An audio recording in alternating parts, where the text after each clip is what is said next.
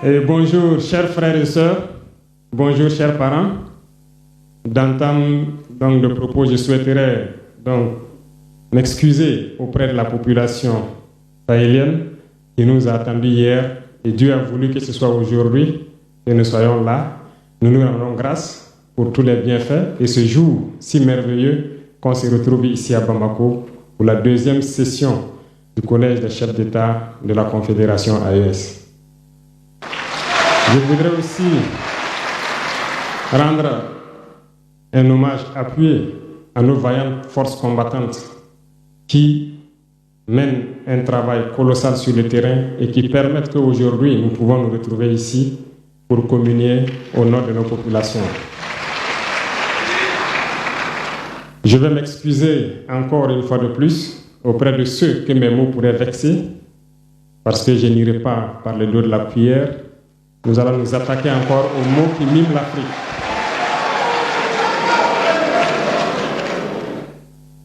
Vous avez certainement tous déjà entendu parler du printemps arabe. Ce phénomène qui a bouleversé la géopolitique du monde arabe, en commençant par le Maghreb, en Afrique et jusqu'en Asie, qui s'est manifesté avec des conséquences souvent désastreuses, des morts et des divisions par endroits, et des bouleversements politiques sans précédent dans d'autres endroits.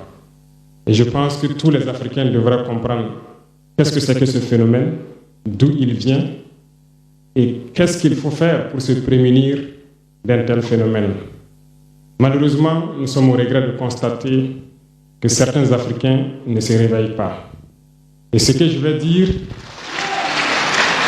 n'est que ma pensée à moi, mon analyse, c'est qu'il y a quelque chose qui vient sur l'Afrique de l'Ouest, que j'ai appelé l'hiver noir. L'hiver noir arrive. Il sera un hiver très froid, un hiver sanglant, un hiver meurtrier. Vous allez me poser des questions, pourquoi? Eh bien, en fondant la Confédération de l'AES, nous avons senti ce froid venir. Et tous les jours que Dieu fait, nous nous évertuons à trouver des troncs d'arbres pour allumer un feu qui va réchauffer le cœur des Africains, un feu qui va réchauffer les mentalités et le sang des Africains pour nous unir autour. Nous nous sommes évertués également à faire la chasse aux loups pour essayer d'utiliser leur peau pour faire des manteaux pour nous protéger du froid de l'hiver. Nous nous sommes évertués à construire des montagnes, de grandes montagnes pour briser le vent de l'hiver qui devrait s'abattre sur nos communautés. Malheureusement, force est de constater que certains Noirs sont là tous les jours à arroser nos troncs d'arbres d'eau fraîche pour qu'ils ne puissent pas brûler. Ils se transforment en loups ou font en sorte que nous, chasseurs de loups, nous ne puissions pas surprendre le loup.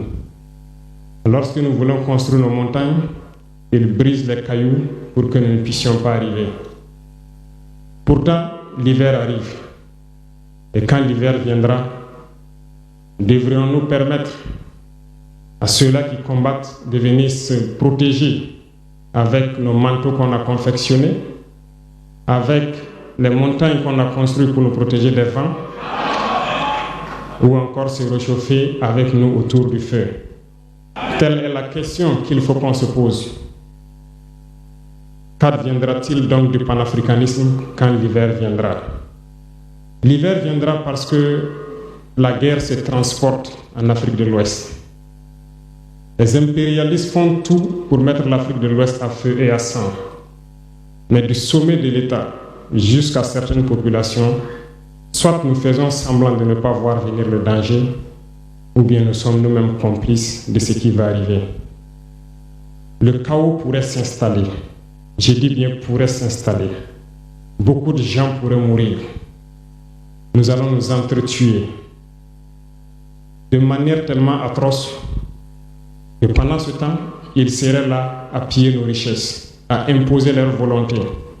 Et ceux qui vont survivre de cette tragédie n'auront que deux choix.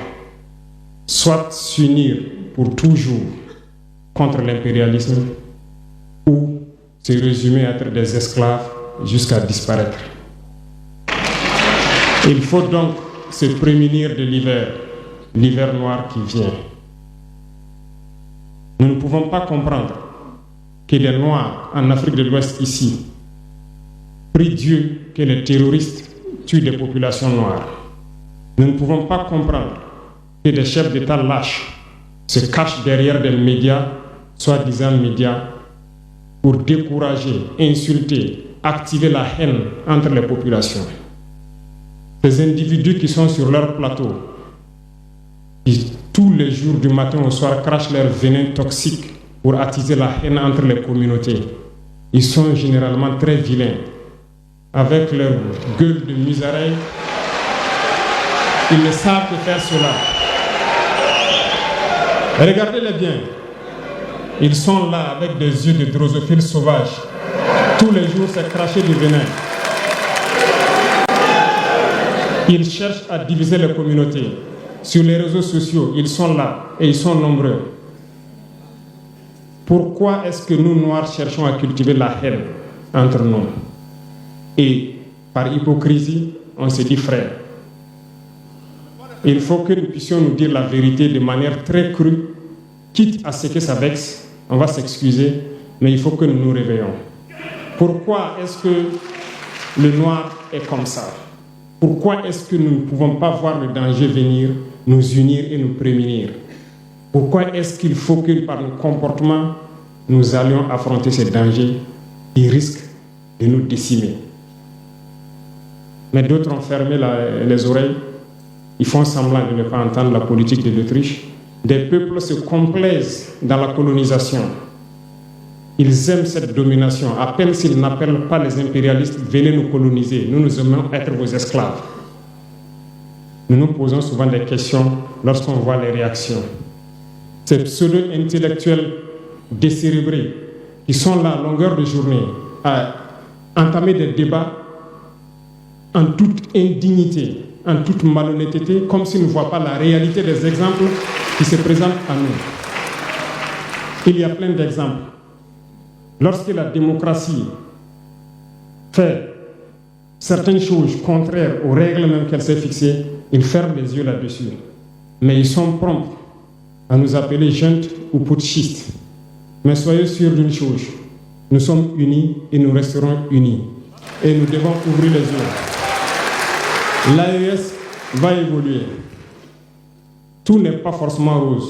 Tout ne peut pas aller au rythme que nous souhaitons. Mais nous avançons sereinement et nous allons arriver à notre objectif. Et quand viendra l'hiver, si il faille que nous passions par l'hiver pour être libres, pour être unis, nous prions Dieu qu'il en soit ainsi et qu'il protège nos populations. Sinon, une chose est sûre, l'AES vaincra, l'AES grandira. Restez sereins parce que nous avons confiance en nos populations. Nous avons confiance en vous, que vous compreniez qu'aucune manipulation ne peut aujourd'hui nous diviser entre nous. Aucune manipulation ne peut nous amener à haïr d'autres personnes. Aucune manipulation ne doit nous amener à riposter d'une manière violente, physique, face à ces individus qui n'ont absolument rien compris.